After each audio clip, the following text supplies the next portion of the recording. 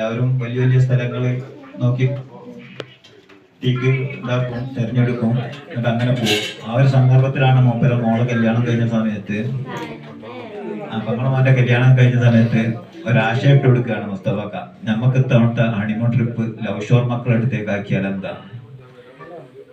ആ ഒരു വാക്ക് കേട്ട കുടുംബം മുഴുവനും ആ വാക്കിന്റെ കൂടെ നിന്നു. ഒരു വലിയ ബസ് വിളിച്ച് കണ്ണൂരിൽ നിന്ന് വരിക, എത്രയോ കിലോമീറ്ററുകൾ താണ്ടി ഇവിടെ വന്നിട്ടോ മോക്ക് അടിയാ കിട്ടണേ.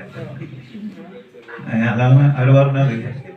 അപ്പൊ ആ ഒരു മനസ്സിന് ഉല്ലാസം, വലിയ സന്തോഷവും, വലിയ ഒരു ആവേശത്തിൽ വന്നിട്ട് ഈ മക്കളെടുത്തുനിന്ന് നല്ലൊരു അടി കൊണ്ട് ആ വേദന നിൽക്കുമ്പോഴും അവളത് സഹിച്ച് അതുമായിട്ട് പൊരുത്തപ്പെട്ട് ഒരു ജീവിതം പാകപ്പെടുത്തി എടുത്തു എന്നുള്ളതാണ് ആ ഒരു അടിയിലൂടെ കിട്ടിയ നേട്ടം, അല്ലെ?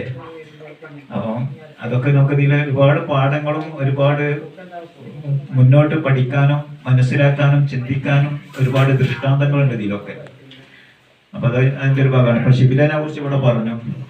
ഇവര് ലിജു നല്ല കവിത എഴുതും, നിങ്ങൾ കണ്ടല്ലോ ഗ്രൂപ്പിലൊക്കെ. അപ്പം സ്വന്തമായിട്ട് ഒരു ചെറുപ്പത്തിലെ അച്ഛൻ നഷ്ടപ്പെട്ട് അമ്മ നഷ്ടപ്പെട്ട് നോക്കാന് വീട്ടില് വേണ്ടത്ര ആരുമില്ലാതെ കഴിയുന്ന മക്കളാണ് ഇവരൊക്കെ എന്ന് പറഞ്ഞാല് അത്രയും വീടിന്റെ അകത്തളങ്ങൾ ചെല്ലുമ്പോൾ നമുക്ക് ഇവരെ കാണുന്നത് പോലെ അല്ല, അതിലേറെ കരച്ചിൽ വരും. ചില സ്ഥലങ്ങളിലും ചില ഏരിയകളിലും നമ്മൾ എത്തിപ്പെട്ട് അതിന്റെ ഉള്ളിൽ കാണുമ്പോൾ. അപ്പൊ അങ്ങനത്തെ ഒരുപാട് മക്കളുണ്ട്. അപ്പൊ ഈ ഒരു കവിത ചൊല്ലി കൊടുക്കൂലേ?